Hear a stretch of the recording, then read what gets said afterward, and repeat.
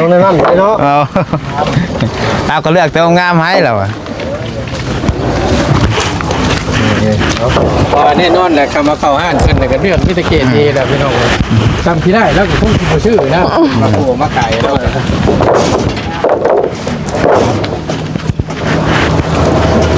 6 7 8 9 ตัวนี้ไม่48เนาะ3 4 5 6 7 8 9 31 2 3 4 5 6 7 8 9 3 4 1 2 5 3 4 5 6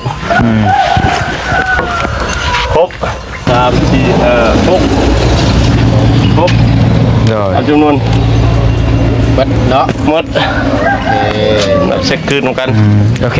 อยู่60,000ได้อยู่ได้ใหม่สำเร็จแทบไม่ผ่านหายวะเป็นปัด40,000ดอกเด่นเลยเนาะคอยกันย้วนกันเลยกันทำไมลองให้อ้ายเพิ่นนับมันก่อนเนาะพ่อบ่นับพอแล้วแหละไปไฟพอแล้ว1 2บ่นับมึงน้ำเด้อแหนมนี่กันเด้อเชิญมาพ่อแล้วอยู่เนาะป้ายเป็นของเพิ่นอันตับมันเป็นของเมียบัดกันนะผู้ใหญ่ทางน้องบัดไซก็หลายคนพี่น้องเนาะเพิ่นสมทบกันก็มีแต่ว่าขอบคุณผู้รักผู้ใหญ่เบิดทุกคนหั่นแหละโดยขอบคุณอาใหญ่ใจดีผู้ใหญ่ใจดีว่าทุกคนขอบคุณพ่อแม่ขอให้พ่อและแม่อยู่ดีไม่แห้งความเจ็บบ่ให้ได้ความไข่บ่ให้มีปรารถนาสิ่งใดขอให้ได้สิ่งนั้นสมความมุ่งมั่นปรารถนาอย่าเจ็บอย่าจนลำรวยเด้อสาธุ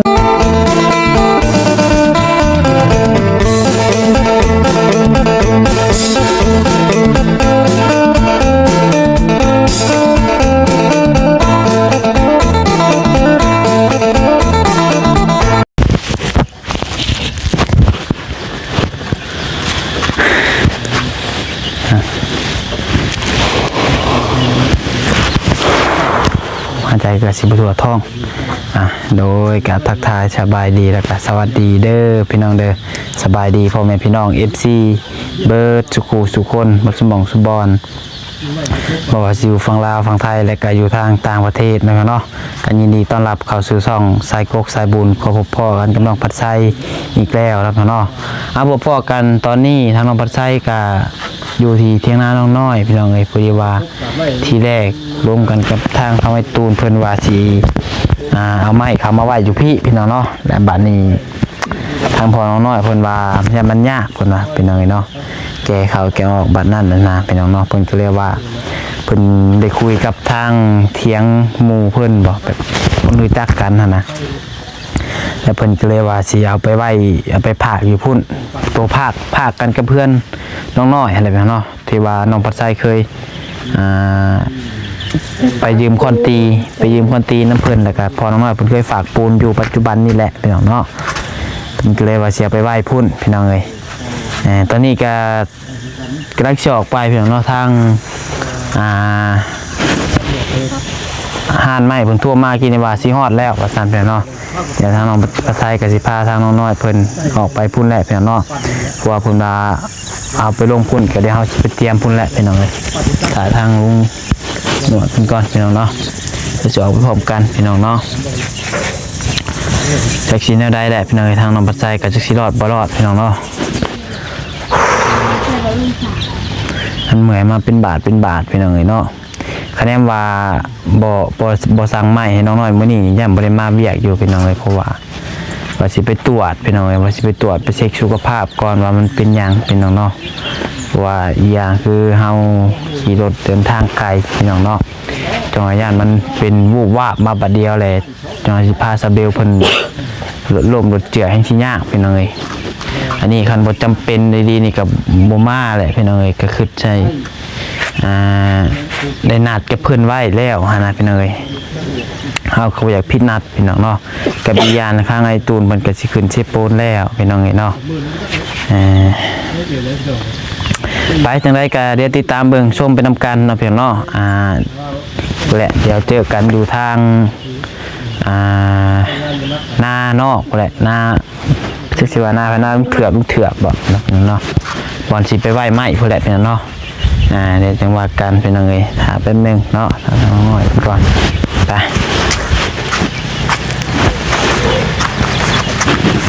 เป็นดอกไม้คน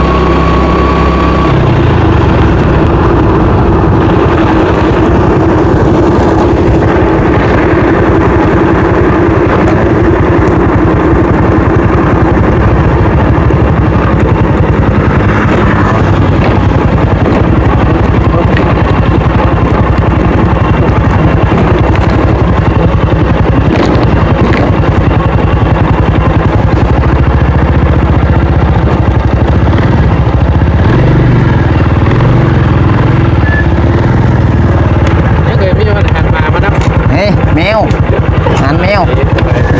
แมวบ่ สบายดีโดย เอานี่แหละหากำลังฮอดก็ได้ว่าจัดแจงเบิ่ง อ๋อโดย ให้หมอผมนี่แหละว่ะ แล้วจะค่อยให้น้องน้อยเอาผ้าตังเกียวผ้าตังยืนหน้าเจ้าน่ะ ผ่าบัตรตัวซื้อมาน่ะ มาปกยามันบรรดาจังแปว มือแรงก็ได้เนาะมืออื่นก็ได้ ได้บ่เป็นหยัง คนมาดอกตีมือนี่เนาะ จังว่า มาก็รับเถื่อหนึ่งไปยังดอกได้สนองพอดาพ่อพอดาบ่ไหวพี่เพิ่นว่า ได้ล้มแล้วบ่พอจะล้มแล้ว เราก็กะนี่ก็ได้พอจะเปลี่ยนก็ได้ ได้ล้มแล้วบ่พอไอ้ตาล้มพอจะมาล้มแล้วมั่นใจ เห็นว่าแม่มาลมนะคะกับว่าเพิ่นแล้วเนาะ ใช่แม่ได้เนาะ แต่ตั้งไงตามนี่แล้วว่าพอน้องน้อยมาล้มแล้วบ่ว่าจะฝากไม่ฝากตอบยังบ่ได้เราแต่ก็ฝากได้แล้วก็เลยถามเพิ่นให้มันมีความสบายใจนะเนาะ แม่น กับสองฝ่ายนะ จอยเป็นหันเป็นหนีมาสิโทษเพิ่นบ่ได้ได้ แม่น มันเป็นนางเป็นยังมานะ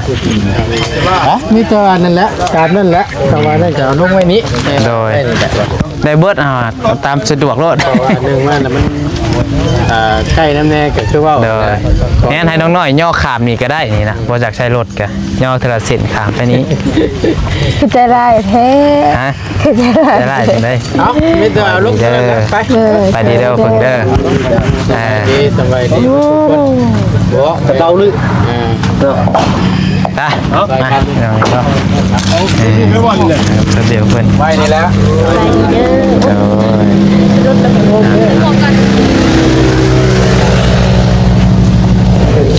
เราก็พอเป็นต้นไปละเวลาที่เขาสร้างได้เนาะลูกหลายเลย คือว่ามาฮอดเป็นทีเรียบร้อยพี่น้องเนาะจักสิจักเส้นรวมเบิดนี่เนาะ แต่ราคาแล้วผมจะฮู้ว่าแล้วมาทำให้เข้าโรงงานเพิ่นแล้วนี่โยกยังทีนักผู้ทางว่ามีใหม่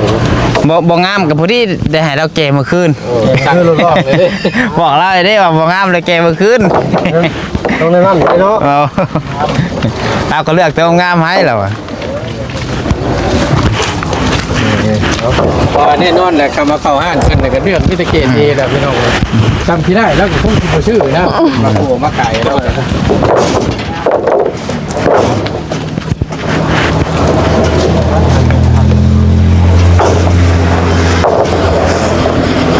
ตั้งน้องปัจจัยเคลียร์เมื่อวานนี้ก็ได้พอดีเลยมาตัวพบน้องๆ โดย ตามดินตัวจังบอดี้ตัวใหม่เนาะ แม่นตามนั่นแหละพอกับไปก็บ่สร้างเพิ่นหั่นแหละ นี่ห้าโมนชุดเดียวกันจักคือเนาะเพื่อนน้องอูน้องอีเพื่อนพี่น้องชุดตัวนั้นเลยเพราะว่ามันเห็นขนาดมันซ้ำกันนะพอจ้างไปแล้วเสาได้จะประตูฮะเสาเยอะน่ะเ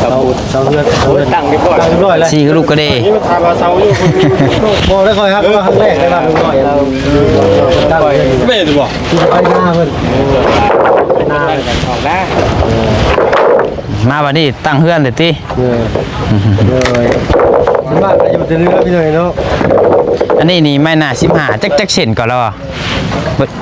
บินถือมาอยู่แล้วอ่ะ เส้นถูกไหม บูมีบินกับบริจายเงินหักกันเนาะเอาไปสายไว้ก่อนก็ได้เอาใส่สาร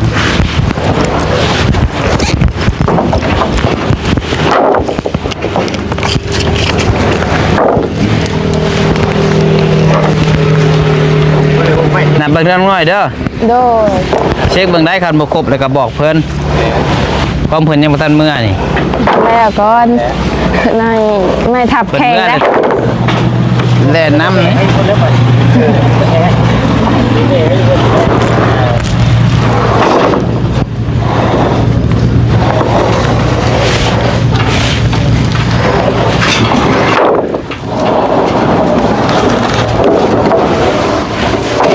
คุณชิปนี่เนาะ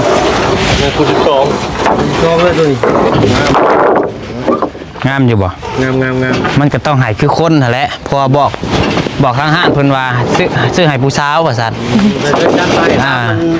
ทำหน้างานเลยดิ แม่นแต่ให้คือคนนั่นแหละอันคนขี้ร้ายก็ให้ขี้ร้าย เบิ่งดูงามอยู่สักคนนี่ฮะแต่ปึ๊บ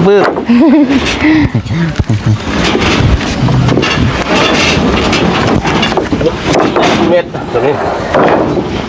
4 เมตรป่ะตัวนี้ แม่ รุ่นเดียวไปดูดิ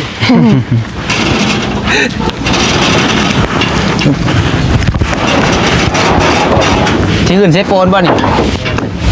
แจ้งว่า ฮะ แจ้งครับ15 ย่างเฮาอ่ะเดี๋ยวอะ ตู้กันไหม ขึ้นกับไผอ่ะน่ะอ๋อขึ้นพร้อมประตูนให้กระเป๋าจะได้สะ ฮะ กระเป๋าจะได้สะ กระเป๋าให้บ่ได้ถึง ไปก่อนเลย ว่ามันชุดอยู่คนต่างหากเด้ มีจะพูดแล้ว นี่อยู่คนต่างหากบ้าน2หลังนี่ว่าบ้าน2หลังนี่ คุณมีบ้าน คนหลายบ้าน เข้าบ่อนเลยไปกับพวกกัน แน่หรอ ว่าได้เคย อะไร ไปหนึ่งไปหนึ่งเนาะ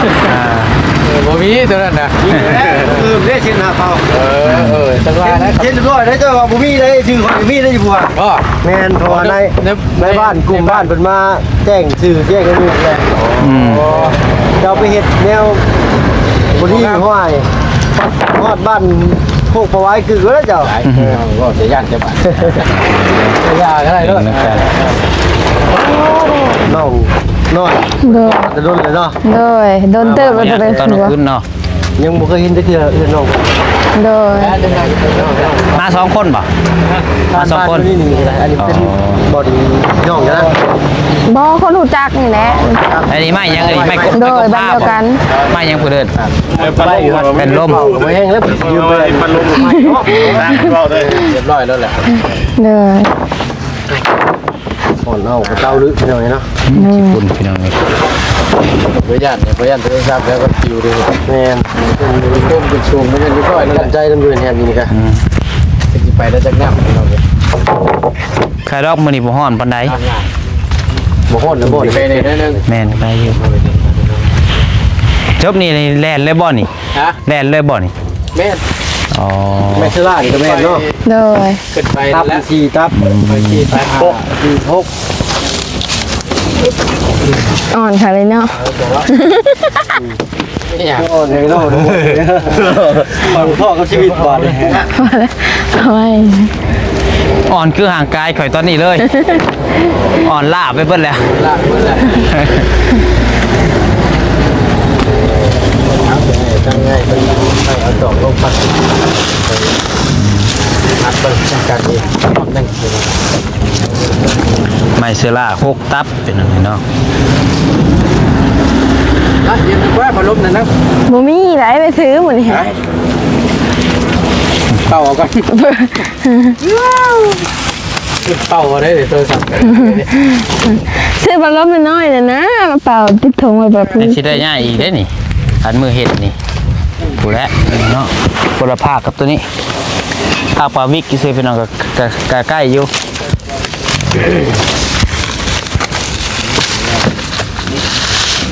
ว่างๆค่ะมันย่อไปเทละตับเทละตับ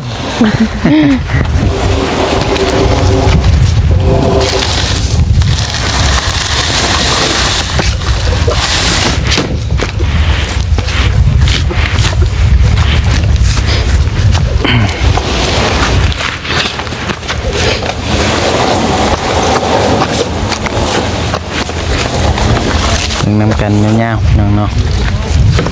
ปึ๊บโอเค6 ตับเถอะเนาะ ต้องก่อนนะจะแปดต้องเลิกก่อน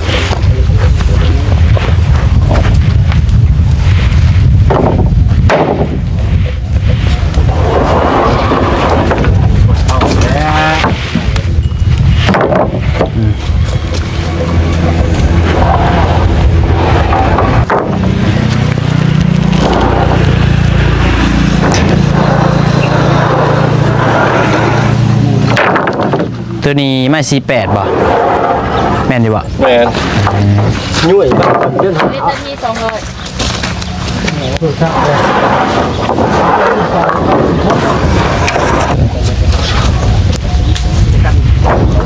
เบิดแล้ว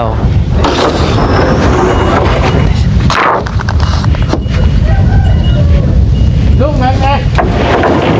ใช้ ใช่คือว่าเห็นคนบักหลายหนึ่งตอนกลางคืน เขาอยู่ห่านให้ลูกค้าลายมือเขาอยู่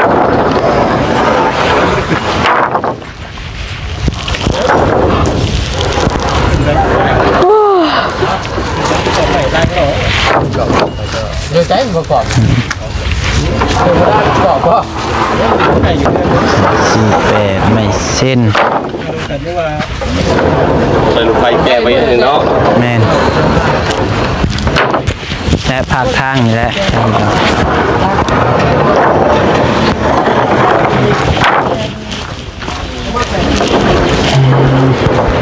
หอนหอนตรงไหน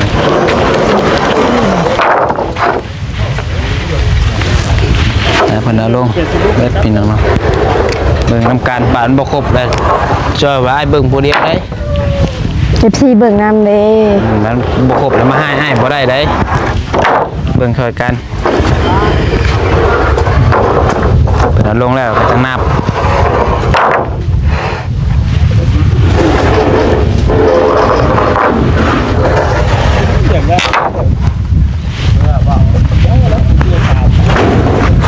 โอ้ยจะเป็นวิน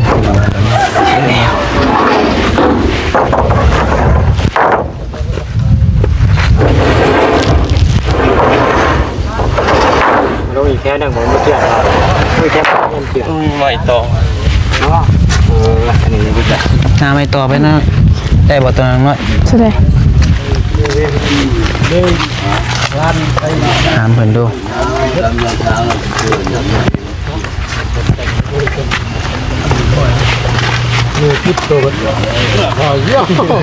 ไว้ได้จะบวกขึ้นได้เกศชา เด้อ สุดเกศชาดูไม่ได้ถ้าพยายามผลจับ เด้อ เดือน1 2 เดือนนี่ได้อยู่แล้วว่าบ่ จริงแบบนี้ผมยังมั่นใจเด้อ ว่าดินไม่ออกซาดินแบบไม่แก่ข้าวโพดกันอย่างนี้เลย ไก่โพนซ้ำติ มาปีนแล้วแต่ละมือมาปีนแล้วจ้ะ น้ำปีนแต่ละเส้นติ ราคาเลยเราจะไม่กลัวแล้ว ได้สัตว์มันกินแล้วเบิดได้เนาะ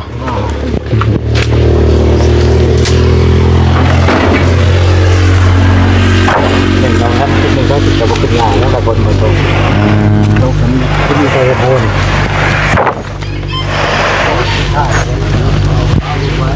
ตรงนี้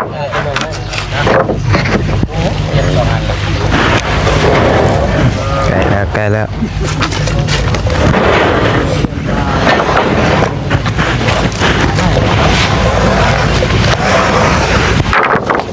วันที่รอคอยเนาะ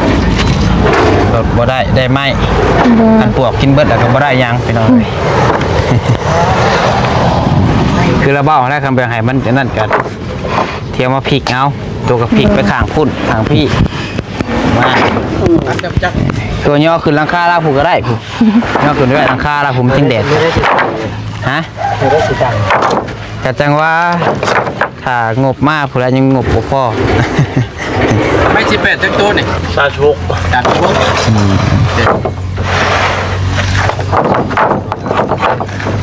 งามไปทางเนาะไม่หรอกไม่ ตัวน่ะไม้ยังจัดตัวน่ะ ไม่คัด คือบ่ ทางบ้าน เรียกว่ามัน ราชโตทางไป ตามไป ว่าน้องมาใส่ก็บ่ค่อยฮู้เพิ่นได้พี่น้องเรื่องไม้เรื่องต่อ เรียกตัวเรียก เป็นทางนะ เป็นแบบนี้แหละบ่ได้ฮู้เนาะ นี่หน้า15บ่แม่น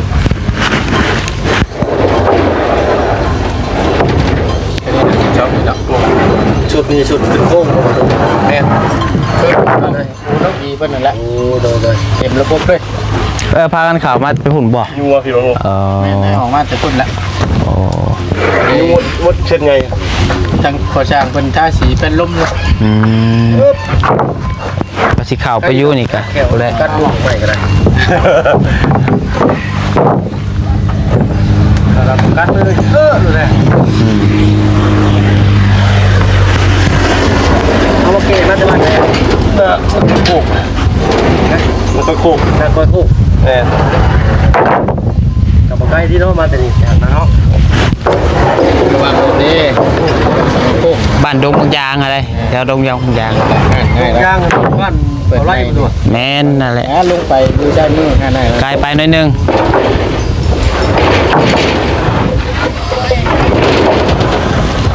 เจไม่มากสิเพิ่นบ่เก็บค่าทางค่าหยังบ่ พอเปิด ถือพอก็ได้เสียขี้เก่าเนาะ ไอ้ก็ออกมาอีกก็ได้พ่อแม่นบ่ว่านะก็ได้ว่าตั้ง ตั้งอยู่ที่ ตั้งรับหักขา น้องกันยอ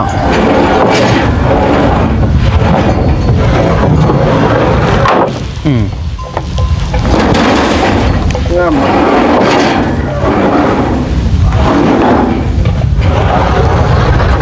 แต่ว่าสำนีแค่สมบูรณ์ครบเลยขึ้นดากใส่เลย กบกับจนกบบ่ได้คือเก่าขันอยากกบกัน ได้ไหมได้ครับ ไอ้ที่สิใส่เลยเนาะนี่ แต่น้องหน่อยไปหากบมาแล้วกันเอามาถูเด้อ คาดว่าเรื่อ การ ง กบมาเอากบเด้อ งามไม่งามนี่เลย นะหนึ่งเนาะแดงต้องติอันผู้สาวสำน้อยบ่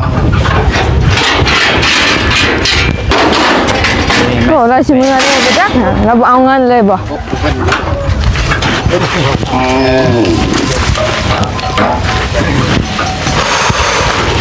ใช้บัตรเช็คเบิ่งเด้อน้องน้อยเด้อนะเพิ่งเด้อ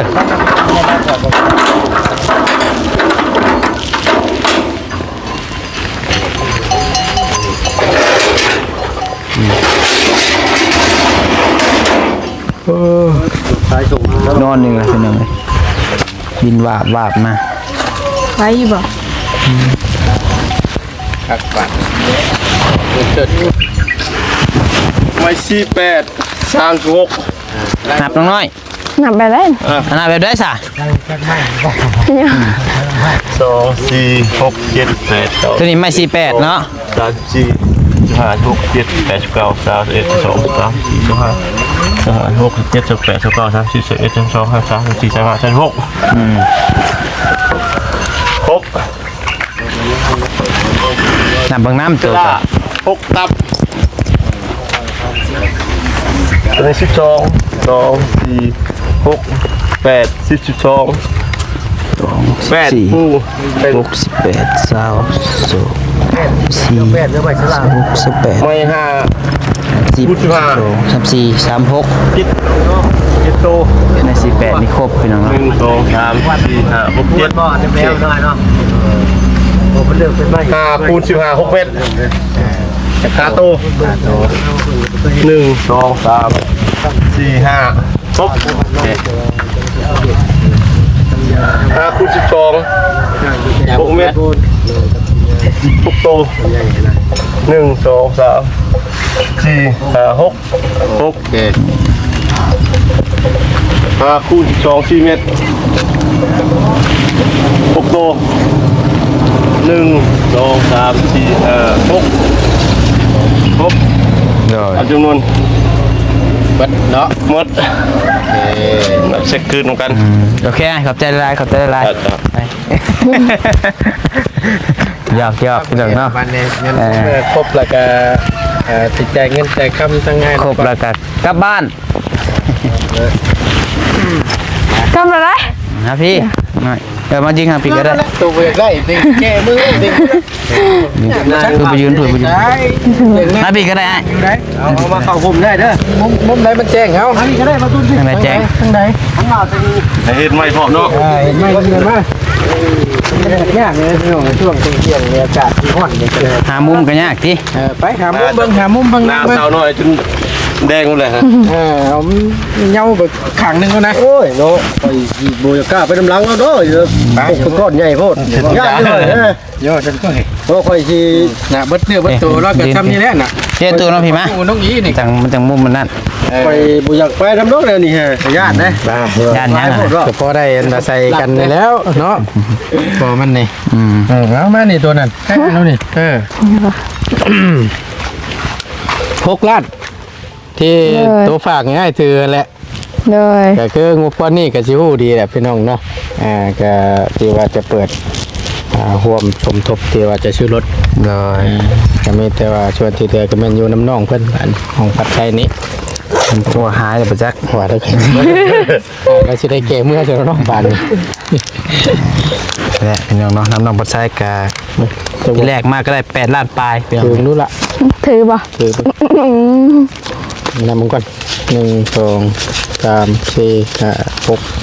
7 8 9 10โอเคเอา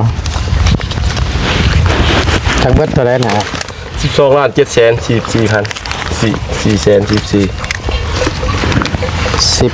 12 ล้าน น้ำมันทำประกันไรเขา อ๋อ พอน้ำมันตื้มแน่จอยกัน 2 ล้าน 7 แสน เนี่ย โอ้คือว่า7 12 นี่ตัวนี้ครับมันลายตัวนี้มันโปรถือตัวนี้มีลายวานเนี่ยมันโปรถือเลยมันมีตัวแสน75นะครับมาคูณ6เนี่ยมันออกล้านกับ50,000นะ และยอดรวมบัดนี้ ยอดรวมนี่ 12 ได้ตรงกันได้นะ 12 ล้าน7 แสน 44 พัน แม่น อันนี้บวกค่าน้ำมันน้ำบ่ ยังเพิ่งบวกขนาดมันนะ ยังบ่ทันบวกอยู่ แม่เขาพอน้ำแน่ตัวมันใส่ร้ายน้ำมันนะ เมื่อ เมื่อ วาว าน นนี่หาคือว่า เพราะมันไล่ตรงผิดเองเขาไล่มาไล่ขึ้นนะไล่ขึ้นตัวนี้ได้ผิดไล่เบิ้งไล่ตรงกันไล่ตรงกันมันเป็นยัง ตัว ไล่เบิ้งผมก็ใส่ ตัวนี้เนาะ แม่น ตัว5คูณ12นี้ แม่น แม่นบ่ แสน75เขาออกแต่7 แสนว่ะ6ตัว7 แสนมาบันทึกนะมันต้อง1 ล้านกับ50,000 เอาคำว่าให้ได้ครบแต่ก็ ไล่ตรงกันไล่ขึ้นได้มาไล่ขึ้นไล่ตรงกัน เบิ่งเอาอันเครื่องคิดเลขออกมาเบิ่งอ่ะเนาะมีบ่เครื่องเลข ครับ โทรศัพท์ตรงเสือจ้ะล่ะบ่ตูนเอาไรเบิ่งอัน แล้วก็สิบ่ตัวแล้ว แล้ นะ วได้แล้วก็สิบ่นั่นหรอวะ บ่ตัวดอก เรา แล้วก็ครบก็ว่าครบเลย อาจจะลงไล่เห็นตัวเลขเลยนะตอนนี้ว่า ตอนที่ว่าไล่เมื่อวานนี่จังไงแล้วลืมไล่อันนี้เนาะ ว่าที่แรกว่านี่หาได้นำกันหา12 ล้านกับ3 แสนกับ แม่นี่ 4,000 ตัวนี้มาทำอะไรขึ้น แสน75คูณนี่ตัวนี้ บอกตัวนี้ นี่ก็คูณตัวนี้ โอเคคูณ6เนาะ คูณ6 นี่โอ้ยผิดเลยแสน75คูณโอ้เดี๋ยว 1 ล้าน 50,000 ล้าน50,000เรารายวันเนี่ยออก7 แสนนะ สิถึกแล้วชาวบ้านนี่ ยังดอกบ่ถือก็ไล่ขึ้นใหม่คะแนนว่านั่นก็ไปหาเพิ่นอยู่ห้าน โอ้ยากมันไล่ขึ้น ห้านเพิ่นก็บักใหญ่หนึงเพิ่นบ่ตัวดอกละว่าเนาะ แม่น หลายสาขาอยู่เพิ่นก็ อยู่ใช้น้ำนี่ อยู่นครโคกโนนย่างแล้วบ้านดานนพันเมืองไซบุทอง นุ่นย่างนี่แต่ว่าห้านนี่ใหญ่ยิ่งไป แม่นหันใหญ่เลย ห้านได้บ่น่ะ แม่นกำลังทราย บ่ แม่น เห็นอยู่นั่น แล้วบ้านไฟล้อม บ้านไผ่ล้อมแบบนี้ เมืองเจพร โอ้บางกอกแดง แม่นหัน ตื้อมีโคกเนาะ นั่นโอ้ยบ้านพ่อก็ขายรถหมูตัวน่ะเอ้าเงยดีเลย กำลังงามเล่นหนังหมู บ่บัดนี้เอา ครับไป 7 8 9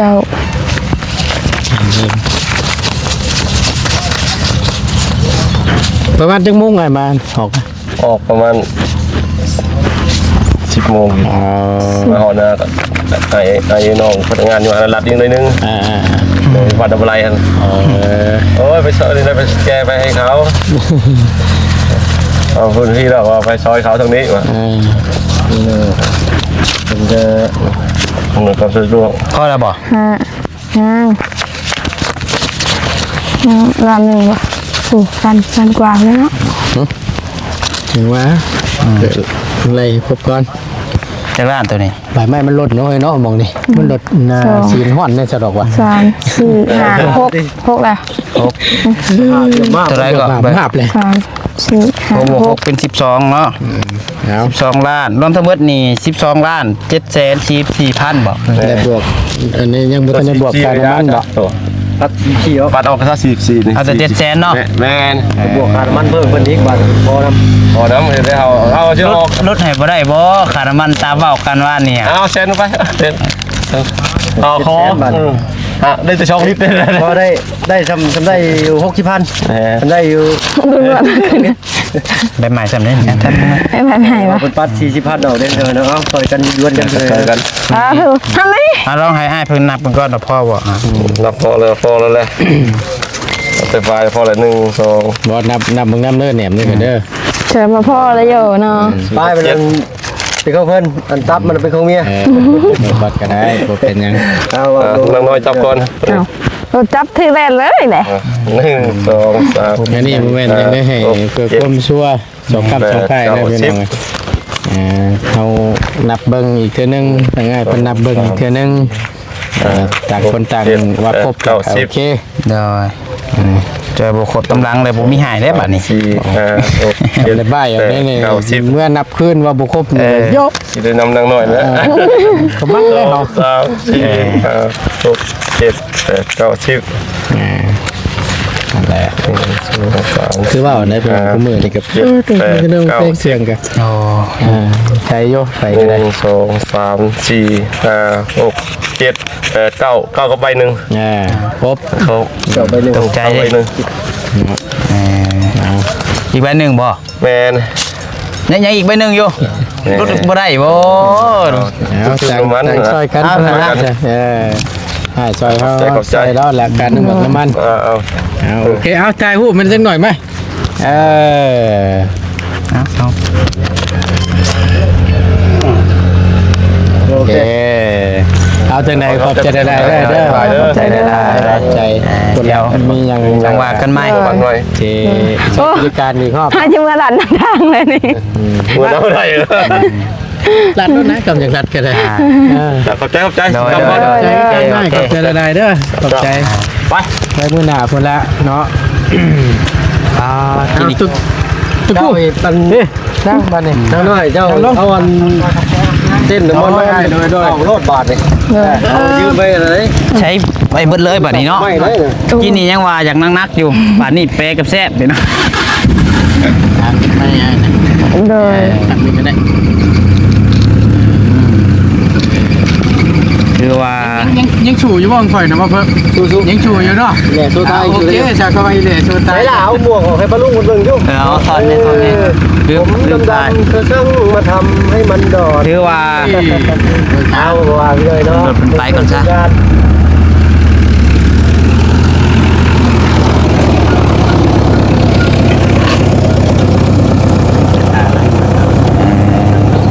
ถือว่าไม่นี่ครบเนาะตามที่เขานับเบิ่งไปหน่อยเลยก็โดย เป็นเงินกับที่แรกหาพื้นไร่มือว่านนี่หา12 ล้าน394,000พี่น้องเนาะแล้ววันนี้เพิ่นเอาพื้นไร่พิษและพื้นไร่ใหม่อีก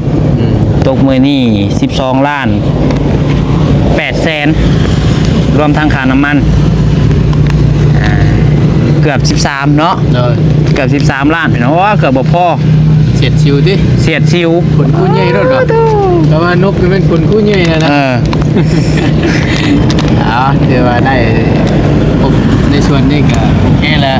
เดี๋ยวว่าโล่งใจมีขั้นตอนนึงเอาไว้ก่อนเพราะว่าเห็นตัวอย่างที่เด็กพี่น้องก็ได้เขาก็เอาตามงบที่ว่าและ โดย ได้สำไรก็เอาสำนั้นจะได้หูแจกอีกทีน้ำให้เพิ่นได้เห็นน้ำกัน แม่น ว่ามันขาดอย่างแน่มันบกพร่องในส่วนไหนแน่ โดย นี่ตัวชุดเครื่องเพื่อนนั่นพร้อม ไมโซล่า ไม่ก็ได้แอมตัวแอมอย่างพร้อมกระเจ็ดไปเลยพี่น้องคือน้องอีตัวนี้นะยังขาดแต่มาลูซิ่งเนาะ ดูซิ่ง กับคาสร้าง คาซาง ตัวหลังคา นั่นแหละในจุดนั้น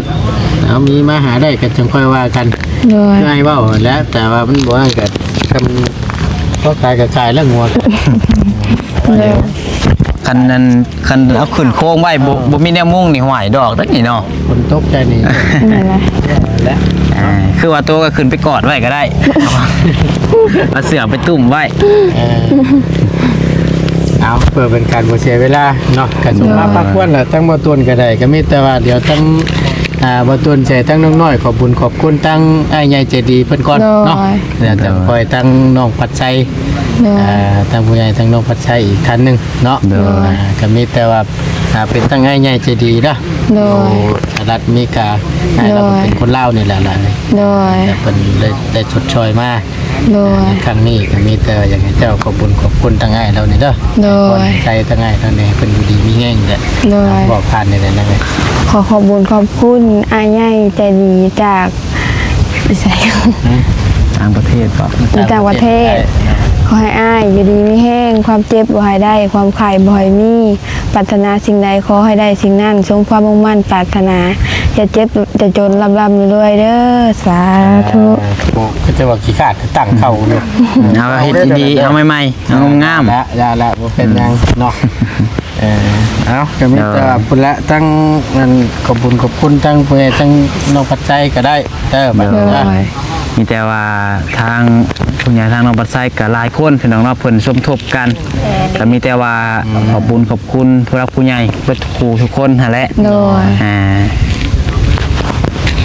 ขอขอบคุณขอบคุณอาใหญ่ใจดี ผู้ใหญ่ใจดี ผู้ใหญ่ใจดีหมดทุกคนขอบคุณขอบคุณพ่อแม่ขอให้พ่อและแม่อยู่ดีไม่แห้งความเจ็บบ่ให้ได้ความไข่บ่ให้มีปรารถนาสิ่งใดขอให้ได้สิ่งนั้นสมความมุ่งมั่นปรารถนาอย่าเจ็บอย่าจนร่ำรวยเด้อสาธุ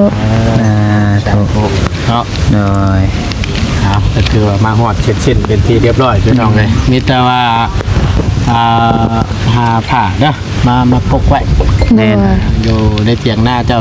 นี่นะมาปกคุมจิกไว้จับเชือเนี่ยมาเต็งไว้สาบฮอดมือเฮ็ดว่าเรื่อง จักสิ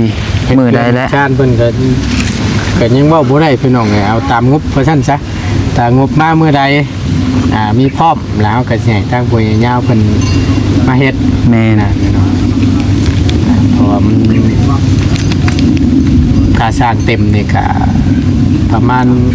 15,000 บาทถ้ารวมเป็นแต่ว่ามาเป็นกีบนี่ก็ตกอยู่ประมาณ10 ล้านพี่น้องสำหรับค่าสร้างนั่นนะก็แจ้งให้ผู้นำกันเนาะ คะแนนว่าแบบคะแนนว่าแล้วเบิดเลยทั้งอันนั้นลูกซิกนี่ก็รวมๆหม่อง3พุ่นแหละพี่น้องเนาะหลัก 30,000ทางค่าสร้างนำหั่นน่ะเนาะประมาณพุ่นใดพี่น้องเอ้ยก็ยังหลายอยู่ กำหนดนับอยู่ ไกลอยู่ ก็ค่อยเป็นค่อยไป แม่น โด ได้ ย สำไรเอาสำนัก โดย วัดกันนะโจกอน โดย ข้าไม่มากกันไปว่ากันอีก โดย แล้วเขาแล้วน้ำเขาเพื่อนเน่าได้เขาได้ก็ขาย โดย ไปเพื่อนนี่จะได้ใช่เนาะ โดย ไป เอาโอเคจะมีแต่ว่าทั้งไอ้ขอตัวลาก่อน โดยคือกันนั่นแหละพี่น้องเนาะ ลำลาและบาทนี่เนาะ คือว่ามาส่งไม่ก็มาส่งเป็นที่ห้อยปลอดภัยมาถึงแล้วพี่น้องเนาะไปจ้ะมา จัง โดย เด้อ สบายดีเด้อพี่น้องเด้ออยู่ดีมีแห้ง ใจน้ำเนาะ โดย น้องเพิ่นมา ทำสวยกันนี่แหละพี่น้องเอาให้ทางง่ายเพิ่นนั่นต่อเป็นยังไงมาพี่หนิดนึงเป็นยังไงโอเคตัวจะเป็นวินบัดนี้พี่น้องเนาะมาพี่มาพี่โอเคถือว่าไม่ก็มาส่งครบพี่น้องเนาะตามที่เพิ่นสร้างพี่น้องเนาะมีไม้เซล่าไม้48ไม้หน้า15 16 17ก็ว่าไปพี่น้องเนาะบ่ใช่ค่ะบ่ค่อยฮู้ปานใดก็ไม้เฮ็ดเฮือนนั่นแหละพี่น้องขึ้นโค้งถือว่าเฮาได้ครบแล้วยังเหลือแต่อนุชิงกับอันนั้นแหละพี่น้องเนาะกับค่าสร้างพี่น้องเอ้ยไปมีแต่ว่าจังใดก็ต้องขอขอบคุญขอบคุณเด้อทางผู้รักผู้ใหญ่ทุกคนทุกท่านที่ไว้เนื้อใส่ใจทางน้องปัดใจเป็นสะพานบุญให้โดยตลอดมาขอให้อยู่ดีมีแห้งบดสุขุสุขคนพัฒนาสิ่งใดก็ขอให้ได้สิ่งนั้นเด้ออย่าเจ็บอย่าจนลำรวยขอบคุณในลายที่ซอยเดือทางน้องน้อยเพิ่นก็ซอยมาทางนี้ก็ขอให้กลับคืนไป500 เท่าพันเท่าเด้อถูกว่าวก็ไม่ออกเลยคือตอนนี้นี่สมองน้องปัดใจแบบเบอร์ป่ะเลอแบบคิดยังบ่ออกเพิ่นเอาเลย ถ้าว่าเป็น มันแม่นแบบมันมีแต่แบบซีวูแบบมัน ถ้าว่าคมข้างคือข้างไปเลย คันเป็นโทรศัพท์ก็แบบ เดื้อเร็ว ใกล้สิเข้าพาแล้วพี่น้องเลย ไปเด้อจังว่าการพี่น้องเนาะผิดพลาดประการใดก็ขอโทษขออภัยในเวลาขอบคุณคุณเดฟซีบัสกูสุกคนที่เข้ามารับชมและเป็นกำลังใจโดยตลอดมาเด้อแล้วจังว่ากันใหม่สำหรับคลิปนี้ไปแล้วสบายดีบ๊ายบาย